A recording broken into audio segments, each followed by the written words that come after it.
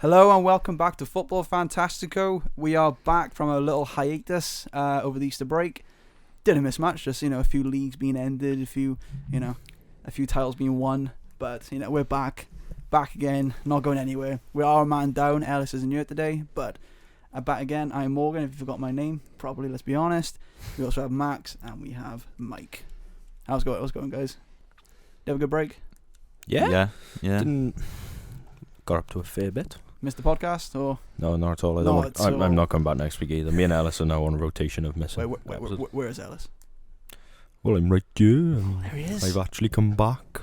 That's quite. No, he's currently fretting over some uni work. So. Yeah, we have some deadlines tomorrow, but we're here doing a podcast, and he's like, we're the real fans. we're the real Fantastico fans. But no, yeah, he is busy. We wish him luck, but we might bring that up later. Who knows? Let's start with the best topic of the show, the news. Well, funny you mentioned the Champions League because that's my first bit of news. All past weeks of Champions League football has been slightly chaotic, shall we say. We've now got our semi-finalists confirmed of PSG versus Dortmund and Real Madrid versus Bayern München. Come on, love it. I didn't expect this much chaos from quite a tame year of Champions League. Yeah, I remember people when I was sad about the away goals rule going away, and I do think it would have enhanced the games, but I do also think that made the first legs as good as they were as well. If that away goals rule was still a thing, that Man City Real Madrid game yesterday would have been bedlam. It would have been about 7-all. Yeah, and I think it made the first game pretty good. It makes the first games good for the safe, like in Man City's case, where they score 3 away. Yeah. If you then keep the away goals rule, it makes the second leg as good as the first leg. But all what happened last, in quite a few games, you'll find the first game, as long as it's a decent result, say if a team snatches a 1-0 win, they'll just play defensive the entire next game. Where obviously the away goals, one goal can count as 2, pretty much. It's brilliant. What are some of our, let's say, lesser performers from this Champions League group? I think from this stage, I think we've got one to talk about. It is players or teams? You can do players or teams. Well, I think Man City are obviously the holders of last year, have gone out pretty early to, I guess, not. It's kind of surprising. I was expecting them to get further, but I'm not against it. And Madrid are Madrid in the Champions League, and they want revenge from last year. But I am kind of surprised they went out so soon. I was quite disappointed with Barcelona. I thought, especially after they got I was really hoping they'd go through. They just seemed to just fold really easily. To be honest, obviously they were giving Dembele loads of abuse, and he did smash one right into the top of the net. But I thought Mbappe didn't even have to play well in that game to actually do anything. It was just that they just seemed to lose everything. You think, especially the first leg, I thought they were the better team than PSG. Rafinha was brilliant over both games. Some of the goal he scored in the first leg from Pedri. But I think with Barcelona, are a team that they're not. It's quite obvious they're not at the sort of level that they were maybe a few years back, where they had Messi. But I think they're trying to build. But then obviously Xavi's leaving at the end of the season. There's potential there for them to really sort of be proud of what they've done so far, but then move themselves up. I think as the French contingent in this podcast, French league, I can sadly see PSG maybe making it to the final way too easily. I think they could win it. What was a surprise with this year as well, it was like last year, was that all the best teams were on the one side of the draw, so you can't. I think if what my ideal semi-final would have been if Inter had beat Atletico, then Inter had beaten Dortmund, and then it would have been Dortmund PSG in the semi-final. Yeah. That, along with Bayern Real Madrid, that would have been quality. I can't see Dortmund being a pushover, mind. No, they're not. I can see them. Of course, they're not as. Well, to be fair, they're not that far off PSG. PSG are only really held to a higher regard because of Mbappe, but they were higher like you think Dortmund, even though they've obviously won the Champions League before, they're probably like the surprise team being in that situation. Yeah, because they're sort of like that dark. They're like Inter last year. Like no one probably expected them to get all the way to the final. Yeah. But then now they're sort of, they've got there on merit. And I think what was a surprise is that to beat Atletico Madrid over obviously into the second leg, because the first leg they lost. But I felt like that was perfect scenario that they didn't have to play at Atletico in the second leg, because that probably would have been difficult. Because look what happened to Inter. Like they sort of crumbled, and then obviously Martinez smashed a penalty over the bar. Is Simeone overrated? Or I don't think so. He's done a really good job there. Like you think he pretty much stopped the dominance between obviously Barcelona and Real Madrid with like the odd league title that they've won. Long. Only for a little bit, I guess. Me and you have very opposing views on Diego Simeone. Yes, Mourinho, the way he used to play park the bus, he did it in a way where he'd park the bus, like with that Chelsea team where they conceded like 15 goals. Yeah.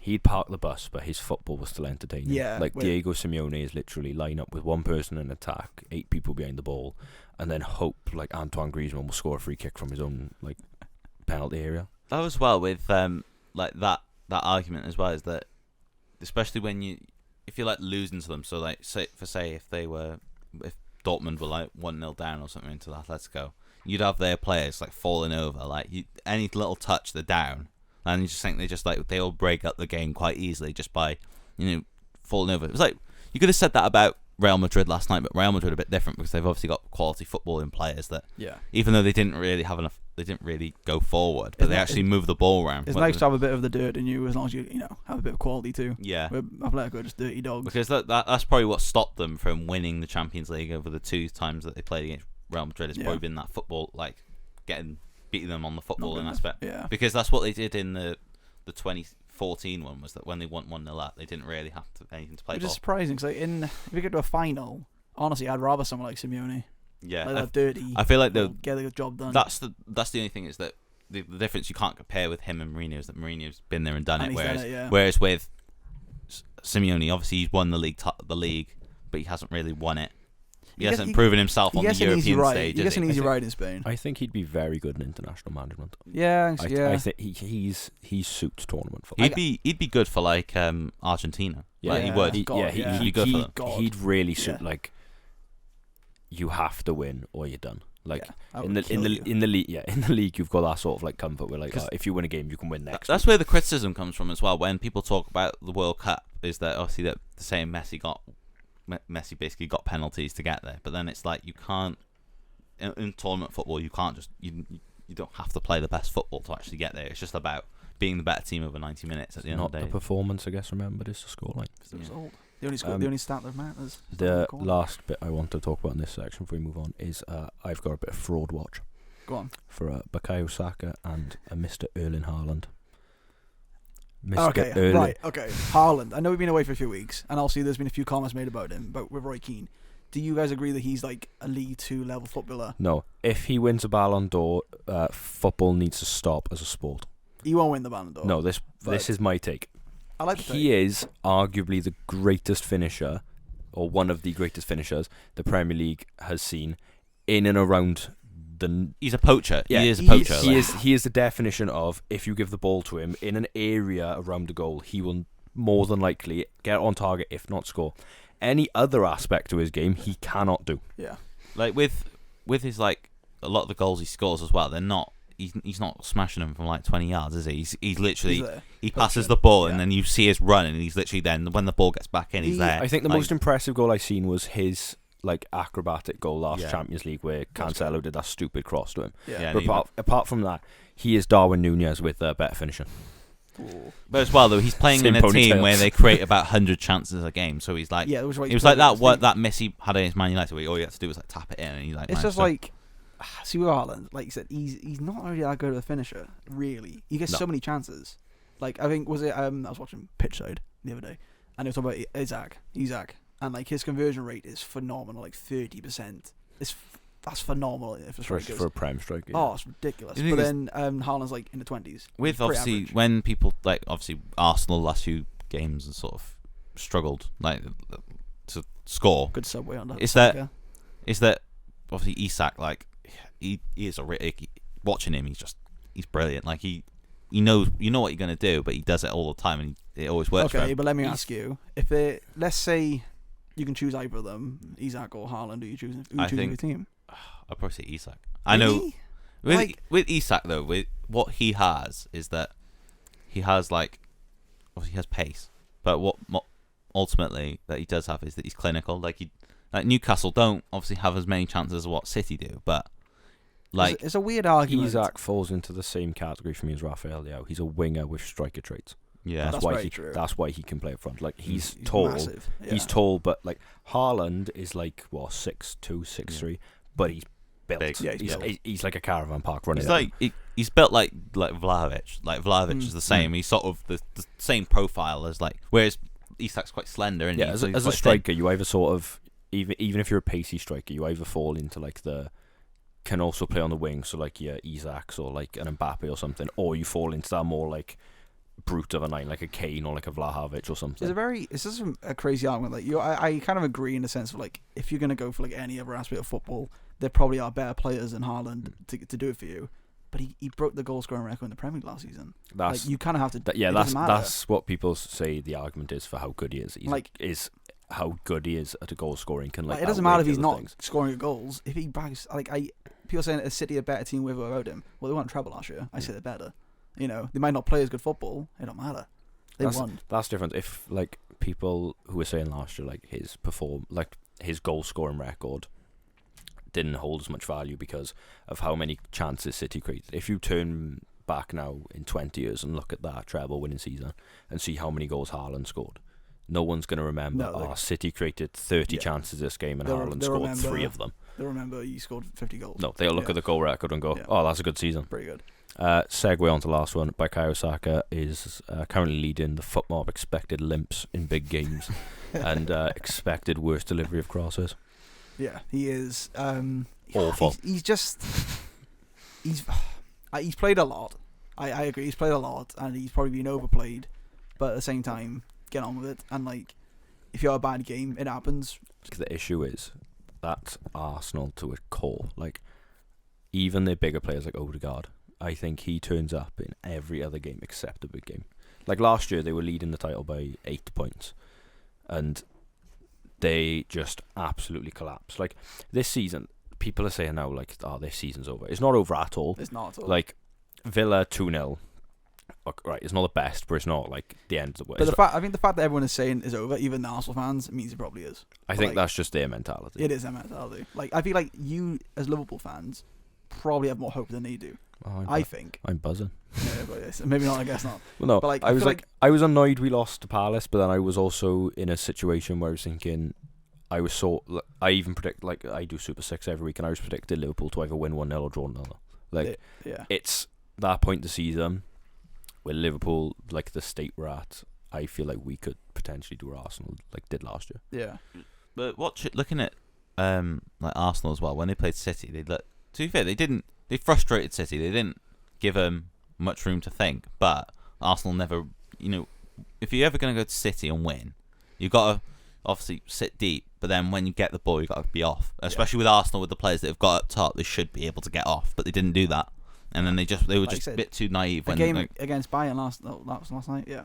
They, man for man, they probably could have won. But it's just the pressure against them. It was with when they against Bayern last week, as they 1-0 up, and then they just give away a silly penalty, and then there was that penalty decision, the one where everyone was saying that Saka should have got a penalty when he literally stuck his leg out. You mentioned that. My next little news bit.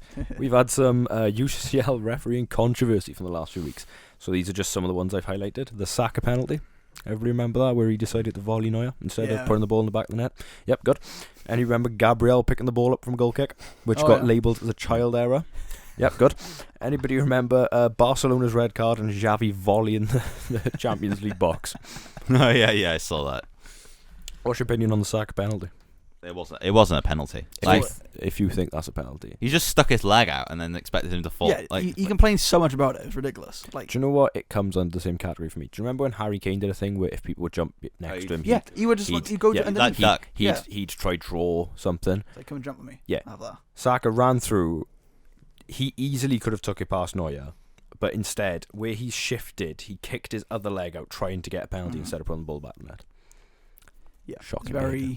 good effort, but bad luck. Especially against Neuer, you might as well just like go around him rather than get a penalty. Yeah, Mate, if you go to Neuer and move one inch the other direction, his hip's going to come out of place. He's about 45. The other one is the Gabriel handball. How this is not given as a penalty is honestly football robbery. What I don't get is that, like, I saw there was like a debate about it saying, oh, it wasn't a penalty. But then it's like, when there was like the video with just like no sound, I think they showed on TNT, and they literally just hear the whistle clearly that the game was started. Yeah, so I've seen the video on, right, it was by TNT. It's literally, Raya puts the ball down, rolls it out, he blows the whistle, there's about 2 or 3 seconds, he passes the ball to Gabriel. Gabriel controls it, picks it up and puts it back down. But apparently, I saw some lovely deluded Arsenal fan on Twitter, the world's greatest source, saying this is something that that's like their goal kick routine, and like it's Raya will put it down but then pass it to one of his centre backs and his centre back will take it. But they labelled it as a child error. Yeah. So an error a child would make, which I don't know if any of you have ever seen Gabriel or David Raya. They don't look like children to me, and they look quite old. Arsenal invented that manoeuvre, by the way. Oh, yeah. They invented it. Without that, I don't think anyone would have ever It was in the thought about document. that. It was in the Amazon Prime documentary. All or nothing. We're going to win the league, guys. My last little bit of news is the 2025 Club World Cup. So 12 European clubs have been confirmed to represent. These are from Spain, Real Madrid and Atletico Madrid. Oh yeah, boys, that sounds good. Oh, I can't wait. I will be there in Saudi Arabia. From Germany, Bayern Munich, Borussia Dortmund. From England, City and Chelsea. From Italy, Inter and Juventus. From Portugal, Benfica and Porto. From France, PSG. And from Austria, Salzburg. I quite like the sound of a Club World Cup. I do too. They'll effectively replace pre-season. Really. I always remember Gives them something when to- United won the Club World Cup in after winning the Champions League back in 2008. And I was like, cool, we beat some Japanese teams. Like, who cares? I remember we did it. After we won the Champions League, Yeah. we played like some Saudi Arabia team, beating like 6-0. It's like, what's the point? Like, Oh yeah, this is great. much We better. got a cool badge on our sleeve. Yeah, I mean, This- I actually like how it looks, but like, it didn't do anything. This is my issue. The Club World Cup.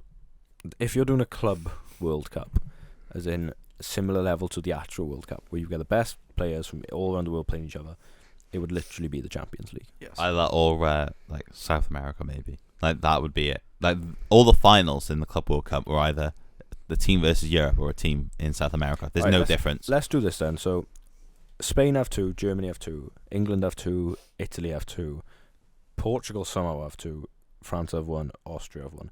Let's do our 12 teams to represent them. So 2 from Spain. Oh, I wonder. I'd go Real Madrid, Barcelona. I mean, it's gonna be. So Bit of Atletico Getafe. Madrid go home. Yeah, From Germany, they've chose Bayern Munich and Borussia Dortmund. yeah. I mean, again, the two probably the biggest teams. Either that but would be you know, Leverkusen. it If it was really- based on now, it should be I'd say- Leverkusen. This is right what now. I don't get what it's based off. 'Cause Right, I think it's I- rankings. No, It might be rankings. so I looked on the FIFA website, and this is where this is from. Apparently, it's from like configurative data. Oh, what the? I have Okay. no idea what that means. It But like I could said, be like the Arsenal were like after last night because they lost. Hmm. That was decided last night. Yeah. They couldn't go right. So what's stopping Leverkusen being chosen now this season? But why is Arsenal losing in a semi-final meant Chelsea go? Oh, because Yeah, I yeah. think how it worked is that it's like the last few Champions League winners. No, So you they're got going off expected Cole Palmer edits. it was yeah, or penalties. I think because obviously City won it last season, Chelsea won it 2021, Real Madrid, Bayern Munich. Well, that's a stupid reason to do it. But I think it's over. When like a did certain time. Salzburg win it? no, yeah. Salzburg were only created in like I think- 2009. It might be performance. It might be performance related. So like Yeah, but like I said, whether in, they in do what? it. In Champions League. Yeah, probably, or something like in So Europe, that's why Leverkusen aren't. or coefficient ranking, because obviously clubs have rankings based off Oh, their. stupid. I think it's Sure. whoever's paid the most money personally. But It there we seems go. like it. So, Who why would your Chelsea then? teams from England be? United and City. No, Good. we're not. Good. United are not in that conversation. We're just City not good and enough at the Brentford. moment. I'd say Luton. City. I'd say City and Liverpool.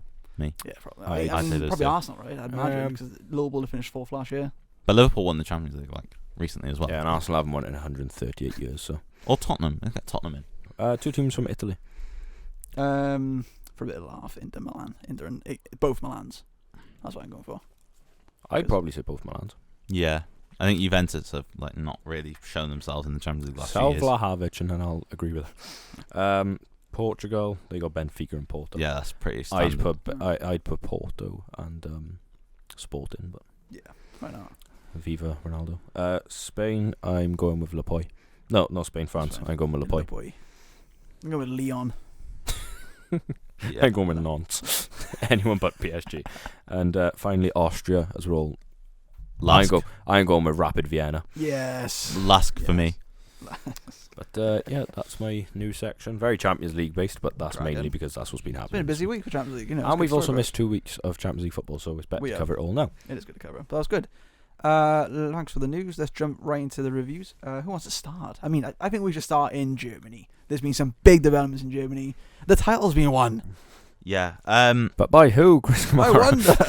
Bayer Leverkusen wrapped up the league title in actually some great, amazing style, winning 5-0 against Werder Bremen with Florian Wirtz scoring a hat-trick. What a player. And one of them, oh my word, what a goal. When weren't you surprised? When they won it? No, I was just surprised because I just thought Bayern When Munich Wirtz would scored somehow his find third. a way. I thought find a way. Yeah, when we were doing a podcast, Yeah. just before the break, I was like, Well, we could do it. the league was about to finish.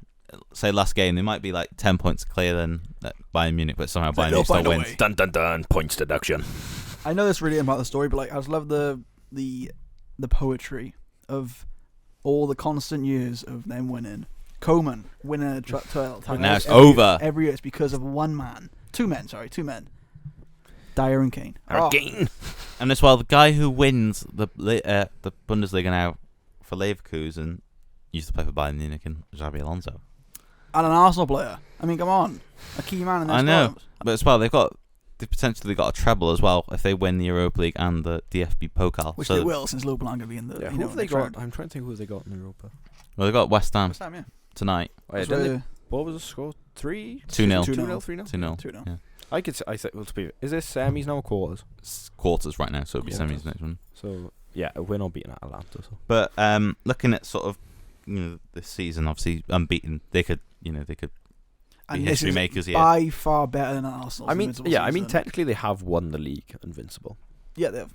But but they could also still I lose don't a game think now. They're not going to. the best bit was That's that it. photo of when Florian Wirtz finally scored his hat trick, and you just see all the fans on the pitch, amazing, and then you man. just see that one steward just Oh, yeah, chasing he just after it. forgets his job. Like, Yeah. Come on. Oh, God. Yeah, that God. is what the thing as well. Like for them, and especially their history, their first ever league title.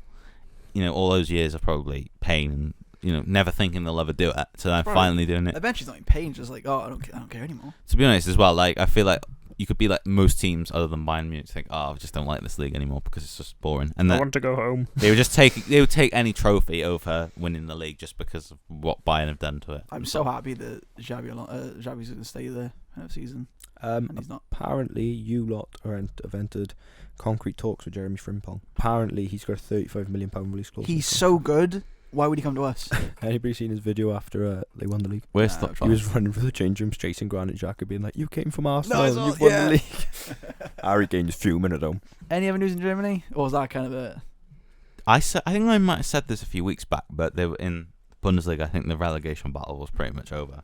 How's it looking now? Well, Mainz have actually turned it around, winning Dun, dun, 3 dun. out of their last 4 games, and have beaten 2 teams in Bochum and Darmstadt to give them a fighting chance going into the last 5 games of the season. Go on, the boys. Yeah, they're now only a point behind Bochum, and they've still got to play Wolfsburg on the final day, I believe.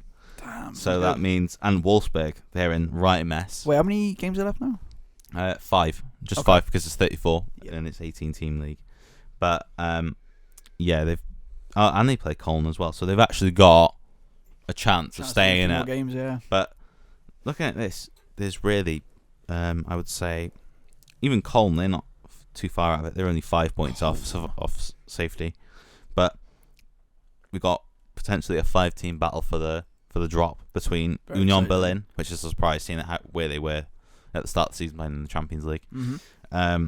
Wolfsburg, who just appointed Ralph Hasenhüttl, What and a guy. Oh, I miss him. Bochum, Mainz, and Köln as that. So that's a 5 that could go sort of at each other. So it'll be interesting to see whether what happens, and that's actually something to fight for within the league. But also, I think what another surprise here is that Stuttgart, like with Bayern sort of patchy form. Like I saw the other day that, and I watched it, that Bayern bottled a 2-0 lead against Heidenheim to lose 3-2, and Stuttgart. There was a table the other day, and it was like where, especially Xabi Alonso was, and Stuttgart actually nearly went down last season, but then this season they are third, level on points with Bayern Munich, so they could finish even higher than Bayern Munich. Fair play. I think that's sort of another story that I don't think no one ever talks about. Yeah. Like the goals they've scored this season as well. Garassi. But yeah, okay. but I think most part, I think we're sorted for. Yeah, I'd say we're sorted for. Maybe Europe. Yeah, I'd say just like in terms of positioning, but other than that, I think every other team, really, I think apart from that, I think really the relegation battle is something that who will avoid the drop and who will go down. That's right. We'll keep it there and see what's going to go on there. Let's go to Italy. What's been going on? Buongiorno. So my game I looked at was Sassuolo versus AC Milan. AC Milan who sat in second, Sassuolo who sat in 19th. Game finished 3-0. What a game. Yeah. It was a really well worked goal for Piemonte to give the host lead. Arnaud Lorient made it 2-0 after 10 minutes. Milan came back through I can't speak today. Through Rafael Leao before falling further behind again to Lorient, grabbing his second of the game. Goals from Jovic and Okafor secured the point for Milan, who sit second, 2 points clear of Juventus. For Sassuolo, the point leaves them just 2 points off the drop. The battle for relegation is actually heating up quite a bit. It's pretty much between 19th up to about 13th. That's exciting. And the battle for Europe is sort of sorted in terms of Champions League.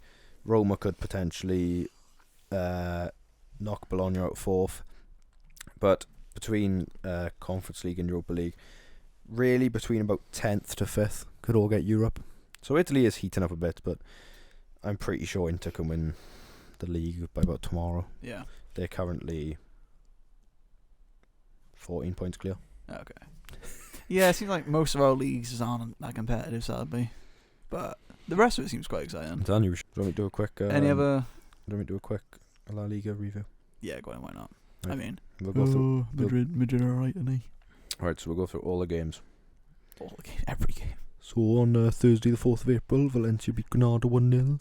In Friday, Real Betis beat Celta Vigo 2-1. Yeah, on Saturday, we got a few games here. Atletico Madrid 3, Girona 1.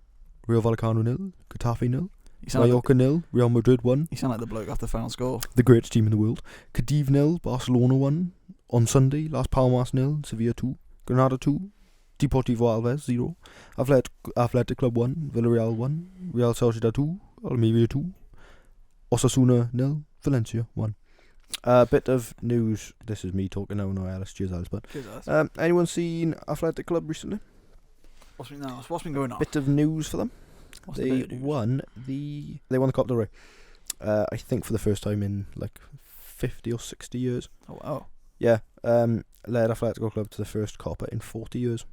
And did you see how their fans watched the game? No. So they managed to pack their home stadium for an away game.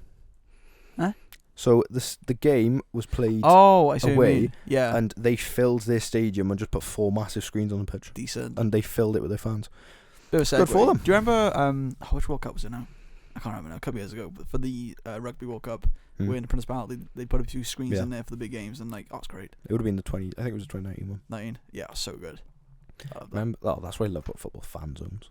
Remember the 2016 Euro fan zones? Yes. Oh, God. I couldn't go. I was too young, but I watched the game at my prom. Oh, I got absolutely beat-worded. I remember. It was so good. I remember we watched the Wales-England game, the group game, in school. I was in year 6 at the time, and a kid threw a chair at the radiator. But Danny, who scored again? The Sturridge, wasn't it? Yeah, Sturridge scored in like the 90th God. minute. The last thing he's ever done on a football What a pitch. knob. That was a crying game. I remember that Bale free kick, wasn't it? Yeah. Joe Hart. You think Joe Hart? So Vardy scored the first one. Yeah. And then Sturridge, yeah. And teams. Oh, look at his face. Good Joe Allen. Got a lovely header there. The Welsh peeler. Oh, amazing. He said he Joe Hart. Yeah. Yeah, I thought it would be. Yeah. Oh my God, this lineup. Want to see this lineup? Yeah. All right. Joe Hart, Kyle Walker, Gary Cahill, Wow. Chris Smalling, Danny Rose, Dele Alli, Eric Dyer, Captain Wayne Rooney, Lallana, Harry Kane, and Raheem Sterling. Wayne Rooney was still playing. Oh yeah, he would have. That was before you got yeeted out by. Yeah, that was only 2 years Iceland. after the Euros. 2 years after the World Cup winner. Oh, that was rough. To be fair, that's back when Dele Alli was like one of the best players in the Prem. Rashford on the bench. I remember Rashford then. He's so good. Yeah, that's when he was just coming. Oh, it's amazing. that was like Europa League coming through Yeah. Rashford, wasn't it? Guess who's the bench goalkeeper? For England. Oh. Actually, it's two. Oh, yes, what a guy. They are big for bringing in youth players, which they know they're not going to play. Yeah. I'd say one's Jack Butland, wouldn't you? No. I thought it would have been, but no. Scott Carson. Obviously not far off. Fraser Forster. Yeah, that's one. Yeah, sounds about right. The other guy's older. Older. Yeah, he's still playing now though. He don't play, but he's in a squad. Ben Foster. Nah. Sam Johnston. Nah. He's older, but he still plays. He doesn't play, but he's in a Premier League squad, but he doesn't play. Oh, Tom Heaton. Yeah, there you go. Good show. There you go. Good show. Respect Tom Heaton, I do. I love Tom. Love a bit of Tom Heaton. He's so good. Right, back to it. La Liga. Madrid won. Fine, probably. Woo! They lost once this season. Fair play to them. Right, let's get to France. What's going on? Have a guess. But PSG they've won pretty much. They are 10 points clear with a game in hand on Brest to a second. I think if they win that game in hand, I believe they won the league. And actually, no, tell I. So it's another game or two, I think, after that. But the game I wanted to highlight this week was Lyon versus Brest, where it ended 4-3 to Lyon with a 106-minute penalty to win the game from Ainsley Maitland-Niles. Oh, I saw this. Yeah, it's like It was his first Cracking. his first goal, I think. I think so. It was an amazing game. There was 2 red cards in 86 minute from Tagliafico and Pierre Elise Melou. He's so good. He's so good for Brest. Oh yeah, he's the French sentiment. Mm-hmm. He's brilliant. But yeah, this game crazy. I love it. Lyon, I thought were going to get relegated this year, and now they might be in Europe. Up the Taylor Swift. Yeah, literally. They might be in. Because I remember that story, wasn't it? The story was if they were going to be in the relegation If they were playoff, going to be they couldn't play it. they couldn't play it. But then now they might be in the Champions League in a couple of Is weeks. Brest still second? They are, but they've got that game extra than PSG. But who was third? In Monaco third with a game around on Brest, but they're not catching PSG. Yeah, let's go. Sadly. PSG for their 19th world title. Oh yeah, can't wait. But Lyon, I love their story this year. It's been amazing. They're in the final of the Coupe de France against PSG. So come on, Lyon. Come on, Matic. Bring on Lacazette. Oh, what a team. But yeah, that was the game. Proper cracking game. Let's hope they can keep it up. And yeah, that was the reviews for the week. Thanks, guys. Next up, we have a fun little section. So we all have a team. Our best under 23 team in Europe this season. Oh, I've done that wrong. Wait, I've done it wrong. How? What am I doing yet? Hang on a minute. What have you done over 23? No, but yes, I have. Best over 35. Why did I do that? What did you do? I put in over 23s. I don't know why. And over 20. You did an over 23-11. I done some under, some over. I don't know why I did that. So you've just made the I best. did the best 23. You've just made the best.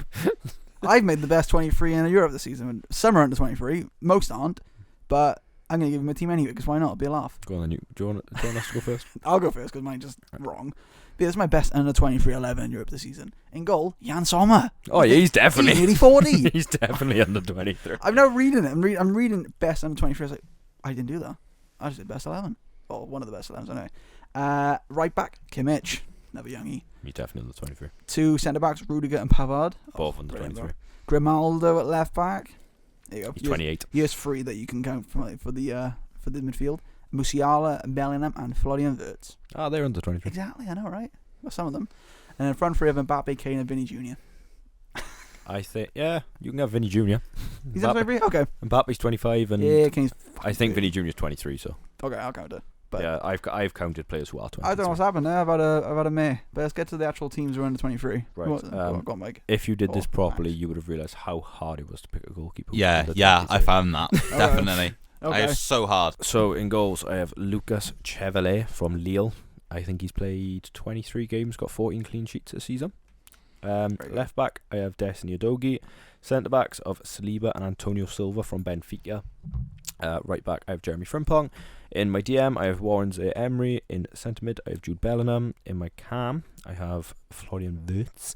On the right, I've got Phil Foden. On the left, I've got Vinicius Jr. And up front, I have Erling Braut Haaland. And yeah, you need to include Prem in there. Yeah. Otherwise, I was left with like pretty much 3/4 Real Madrid. Yeah, pretty much. That's pretty good. Mike, what's your team looking like? In goal, Noah Atabolu of Freiburg. And then the fullback is Ian Matson of Borussia Dortmund. Centre backs William Saliba and Mickey van der Ven. I nearly went with Van der Ven. I can't believe Saliba's done this. That's crazy. I know, Yeah. he's been around for like Years, but he won Liga and Player of the Year 2 years ago, I want to say. Yeah, he went out on loan to Nice, I think. I remember I was saying, get him back when I you think I think Emery signed him for Arsenal though. Yeah, he did. Yeah, he did. Yeah, and then No, he went out on loan straight away. right back Jeremy Frimpong. Centre midfielder got the best defensive midfielder that's English. No, copy my name. Hey, what a guy. Then next to him, Jude Bellingham. Then Florian Wirtz. And then I don't know how this is going to work, but it'll work in my head. Cole Palmer. Cold Palmer. Cold. It's very, yeah. You can play off the right. Yeah. And then you got Lamine Yamal. Yeah, you can just chuck him left wing. Benjamin Seshko. And Bradley Barcola. But we're gonna now talk about our best footballing memories as a kid. Mike, do you want to start with this? I have an idea what one of them's gonna be. Newport County, when they survived the drop in 2017, the Great Escape, they managed to defy the odds. I remember, you think, it's like that goal changed the club's history effectively, and that's something that I'll always remember it. Also, I remember the cup ties as well against Leicester and Man City. I remember getting on TV from. On TV? Yeah, sure claim to fame. Yeah, and literally just, like the thing is like these players playing in like living down the street. It's like you don't these experiences you don't get any other day, and especially today with the news about the replays and in the cup and stuff like that. It's like that is what it's about. Like Magic that. of the cup. Yeah, it was like watching like when Man United came a few months back. It's just like Yeah, you don't get that every day. But it's really cool. I think that's the special thing about it. I had boxes of them. Yeah. And the book. I think I've still got a binder full from like 2014. I used to have a subscription to the Match of the Day magazines because the only way my mum could get me to read, because I'd refuse to read books, so I just read Match of the Day magazines. Yeah, do you ever remember I know when it was Match of the Day, the game on the computer where like you click and keep the ball up in the air? Yeah. So it could get bought on the BC website, I think it was. Yeah. That was a cracking. Or jumpers for goalposts. I remember there was jumpers for goalposts in IT and primary school was unreal. Anybody remember Real Balls? Real balls. Yeah, from the 2014 World Cup that came with the cereal boxes. Oh, yeah. No, I remember. that. Yeah, you did kicky uppies with them. They were little like, the only way I can describe them the closest thing, like a beanbag. Yeah. They were shaped in a football, and you'd have different countries on them. I remember we used to That's trade. fun. We used to trade them in my school. I remember like when it'd be raining like lunchtime, you wouldn't be able to go outside, and just everyone would be trading their like their match tax cards. I Tragic. remember we used to do so for like Red Nose Day, Children in Need, all that sort of stuff. We had like charity days in our school, and like they'd ask you like, if you want to set, like the girls would do like nail painting, or you could do that. We just bring in like tubs of match tax, just sell them to each other. One boy made like 15 quid just selling 100 clubs. It was stupid. Fair play, what a guy. I remembered what I was on about now. Do you remember in primary school sitting in the back of class and making your World 11? Yeah. And it would always be like that one friend would be like, I don't want Messi because I like Ronaldo more. Wales Euro 2016, like I said, the Belgian game was the night of my Hal prom. Robson Kanu turn. Oh, bro, it was the night of my It's prom. not the Cruyff turn anymore. When Nangolan scored, it was a banger. I thought it was over. I was like, it's over, bro. It's done. But it just shows how good like Bottle. Like people talk about that with Wales, they'll miss Bale and they won't get back to the heights. But then look, even though just missed out on the Euros, it shows that it shows though it's not like Wales are just going to drop off. The spirit's still there. I've got to get. But the thing is, it's just having the quality players there and fixing. We them do together need with the another right. Bale. We need someone like that. I remember when we beat Cardiff to win the Capital One Cup. Oh, okay. That was back in 2011, 2012. I want to say. I can't tell you that. We're too good about that. I had Capital another one. United. Oh, that's gonna really annoy me. Because I had a really vivid one then. It was something to do with the Euros. Oh, my mind. Were you born for Istanbul?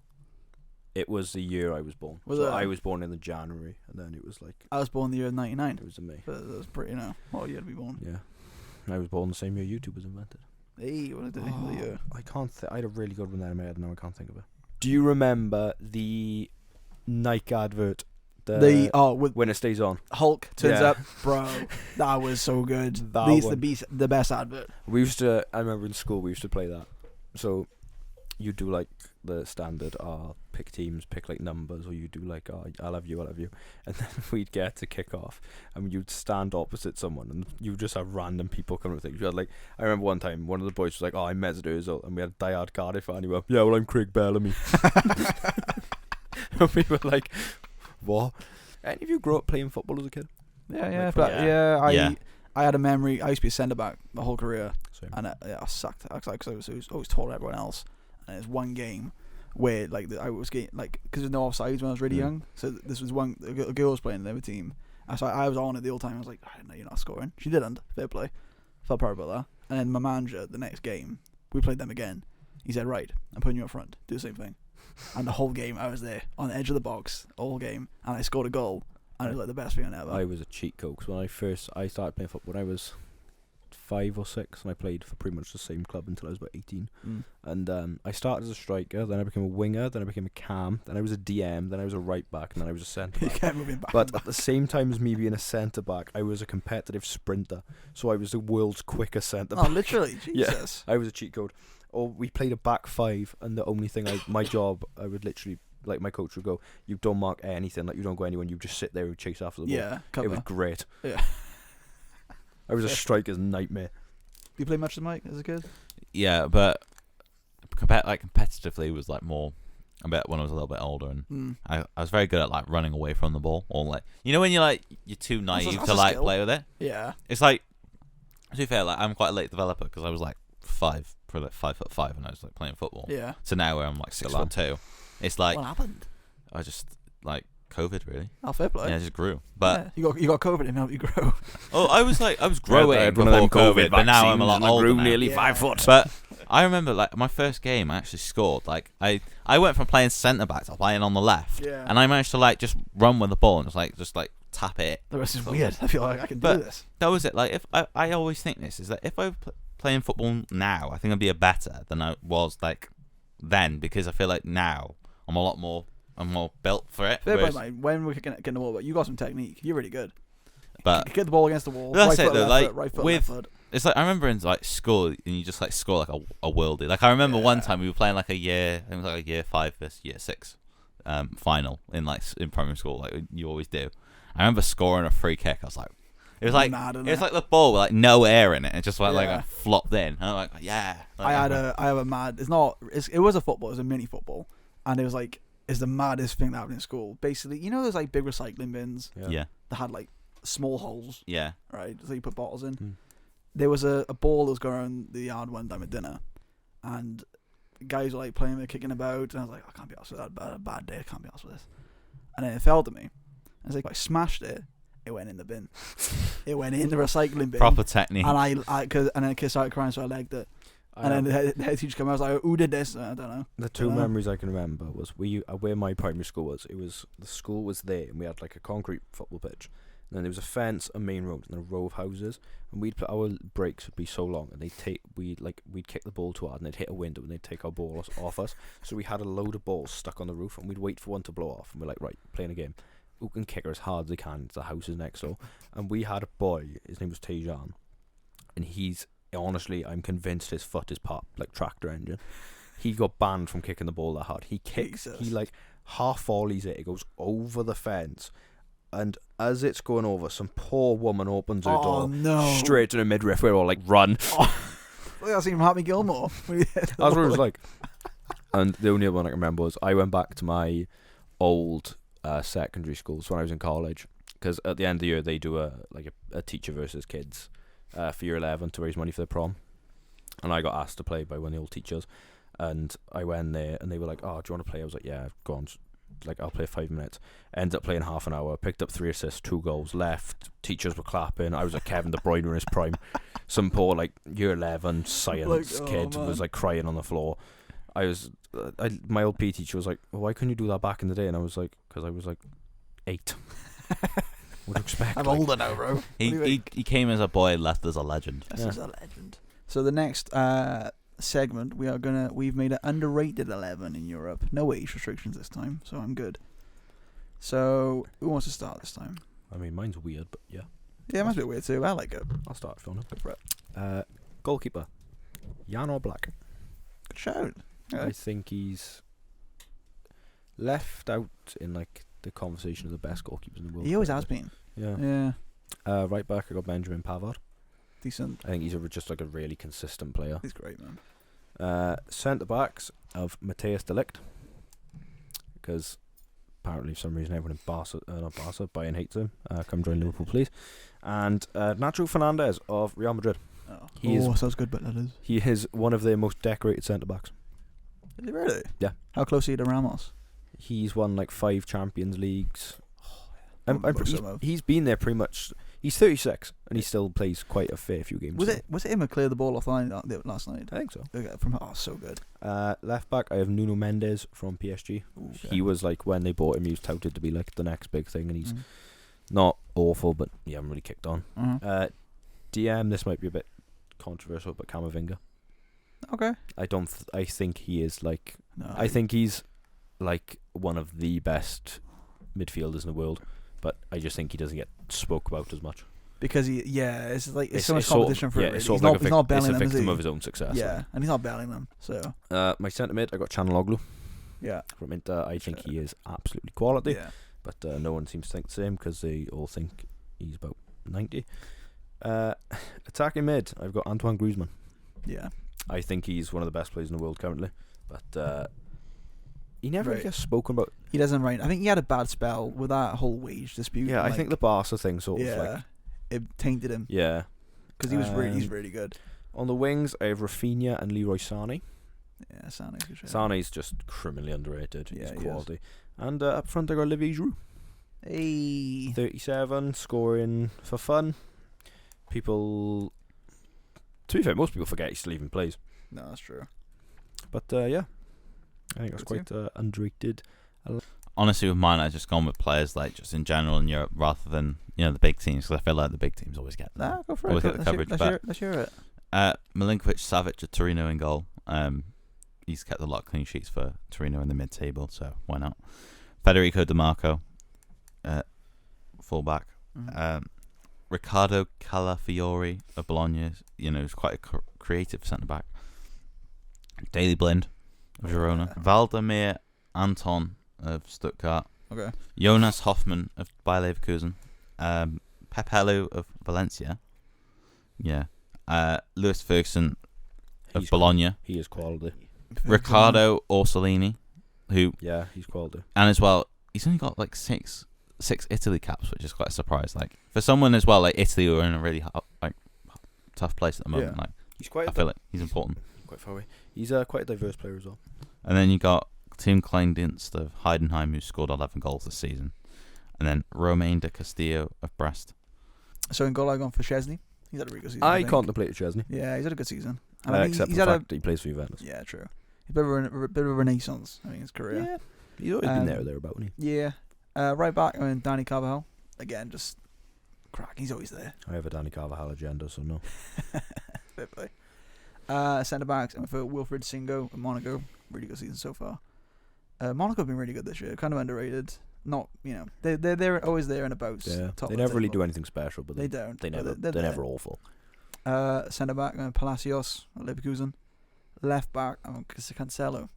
I think he's had a pretty good year. Yeah. And just being him. He's a really good player. And I think again, isn't talked about as much because of the drama that went down. Ever since that City movie, sort of just calmed down. Yeah, he's sort of just gone into the background. Hasn't he? But again, his quality's there.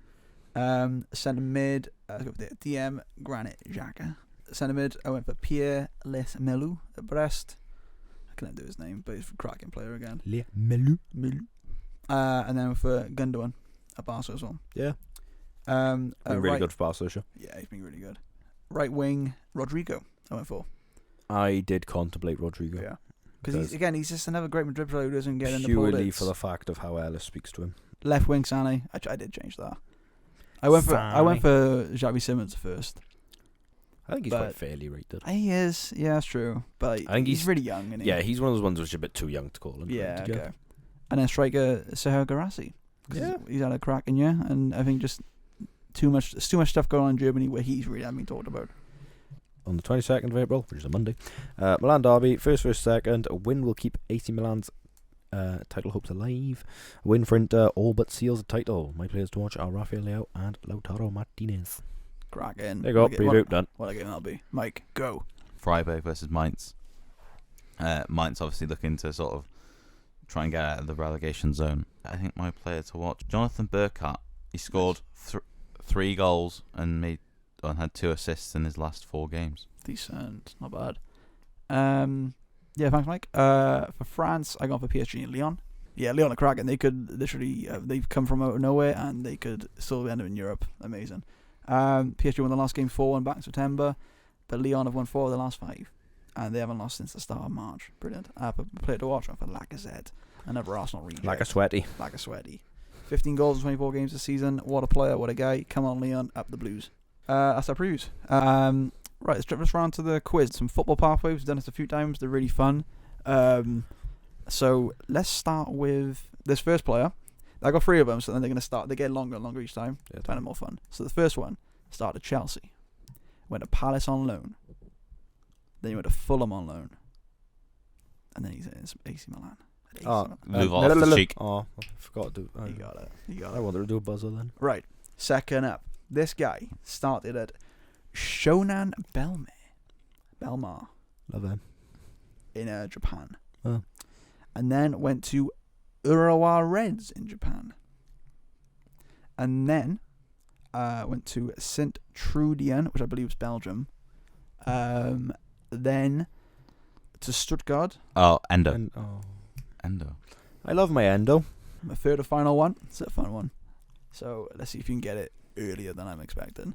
So this guy started at ADO Den Haag under 17s. Then he moved to Newcastle under 18s. And he stayed there for a bit, but on the time he went on loan to Falkirk in Scotland. And then he got them into the main team at Newcastle. And then he went to Carlisle United on loan. Then he went to Ajax on loan. Then he went to... Jorginho Wijnaldum. No. Oh. Then he went to AZ Alkmaar on loan. Oh, no. Then he went to Brighton on loan and then a free transfer to them. Right, this is the kicker. This we should get, I think. And then another free transfer to Norwich. Stayed there for a bit. And his current team is... Don't we go through it again? Did the loan moves help? Played for Brighton. Who's currently... He was at Newcastle for a long time. I'm trying to think old, so he's got to be old then. Yeah, very old. Very long time at Newcastle. Where was... Do the first team you said? What country are they in? It's the Netherlands. Netherlands. That's okay. I'm not going to say anything else. Didn't the Den Haag thing help? Daryl Janmaat. No. Good shout though. He played for... God, what a guy. He played for Watford, I think. Trying to think of... If he's come... trying to think of Dutch people who would have played for... Oh, I got it. Is it Tim Krul? It is Tim Krul. Oh, I forgot, yeah. I forgot he played for... He's at Luton. Yeah, apparently. Would you like to do European donkey? Let's do the donkey. That was the quiz. Thanks, guys. Let's finish off with a fun segment. European donkey this week is presented by Michael. Yes, it is. Yeah, it happened on literally just Monday. I saw it come up on my phone the other day. Between Osasuna and Valencia, Croatian striker for Osasuna, Ante Budimir, who scored 16 goals in La Liga this season, his best for the club. He decides to take a penalty, and right at the last minute, he tries to chip it, but he manages to hook the ball, and it just rolls right into the keeper's arms. He scooped like a scoop of ice. Right. Thanks, guys, for listening. That's been episode 8 of the Football Fantastico podcast. It's been another great ride. Hopefully next week we'll have Alice back, and we'll keep this coming to you. So anything else from you guys? Follow Anyone me on say? Twitter. Follow everyone on Twitter. Follow the account on Twitter. Football Fantastico on Twitter. We will see you next week. Bye bye.